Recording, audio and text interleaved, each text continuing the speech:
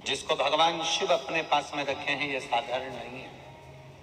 शिव मंदिर में जब आप कभी जाएं, शंकर भगवान की, कभी ऐसा मौका लगे कि आपको लगे कि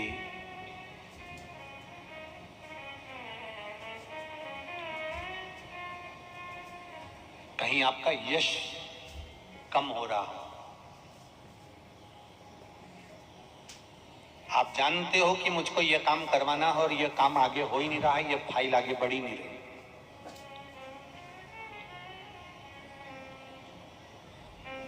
आपको लगे ये फाइल आगे नहीं बढ़ रही, शिव जी पे जो जल चढ़ाओ, उस चढ़े हुए जल को जब आप थोड़ा सा लेकर आते हो, आपको बताया था ना कि खाली लोटा नहीं लाना चाहिए, खाली कलश शंकर जी के मंदिर से वापिस नहीं लाना। शंकर भगवान को जल चढ़ाया, चढ़ाने के बाद थोड़ा सा जल हाथ में या कटोरी में या कलश में झेल लिया, भले 2 बूंद लाओ पर अपने घर पर लेकर आओ। उस 2 बूंद जल का भी स्पर्श कलश के अंदर हाथ की 3 उंगलियां लगाकर अगर त्रिशूल पर टच कर कर मात्र आपने उस कलश के अंदर लगा दिया और वो जल भी आपने अपने घर पर छोड़ दिया, छींट दिया या उसका आचमन मात्र हो गया, तो व्यक्ति का यश बढ़ना अपने आप प्रारंभ हो जाता है, उसकी यश की प्राप्ति उसको मिले। श्री शिवाय नमस्तुभ्यम। हर हर महादेव। भगवान भोलेनाथ आप सभी की मनोकामना पूर्ण करे। इसी के साथ जो पूज्य पंडित प्रदीप मिश्रा जी ने उपाय बताया है, उस उपाय को अच्छे से समझ लेते हैं।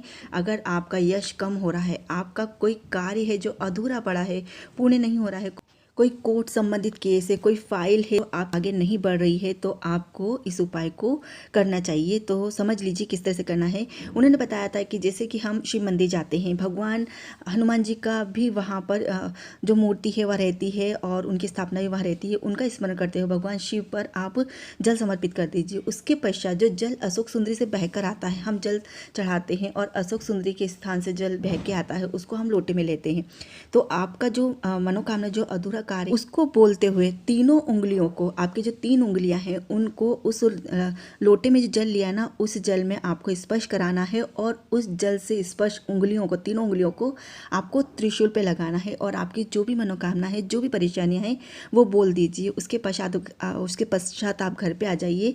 इस उपाय को आप करेंगे तो आपका जो कार्य है ना, वो अवश्य ही पूर्ण होगा। आपकी जो भी परेशानी ना, वो ज़रूर दूर होगी। इसी के साथ जो दूसरा उपाय है वो मैं बता देती हूँ। पूज्य पंडित प्रदीप मिश्रा जी ने ये उपाय बताया था कि अगर आपका कोई कार्य जैसे कि अधूरा पड़ा है, किसी भी मनोकामना की पूर्ति के लिए आप इस उपाय को कर सकते हैं।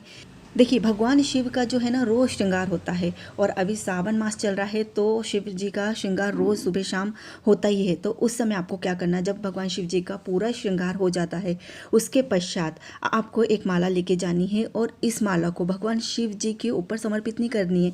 जहाँ पर उनका श्रृंगार हुआ है वहाँ पर समर्पित नहीं करनी है।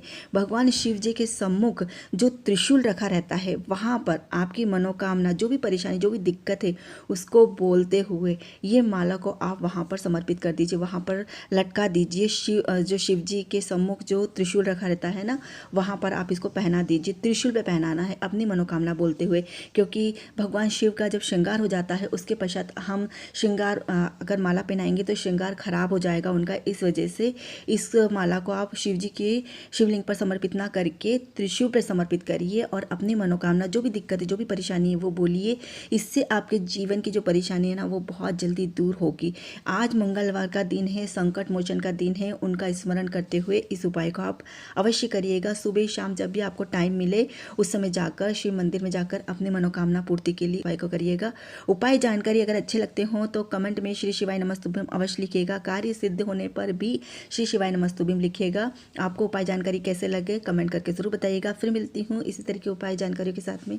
तब तक के लिए राधे राधे। श्री शिवाय नमस्तुभ्यम।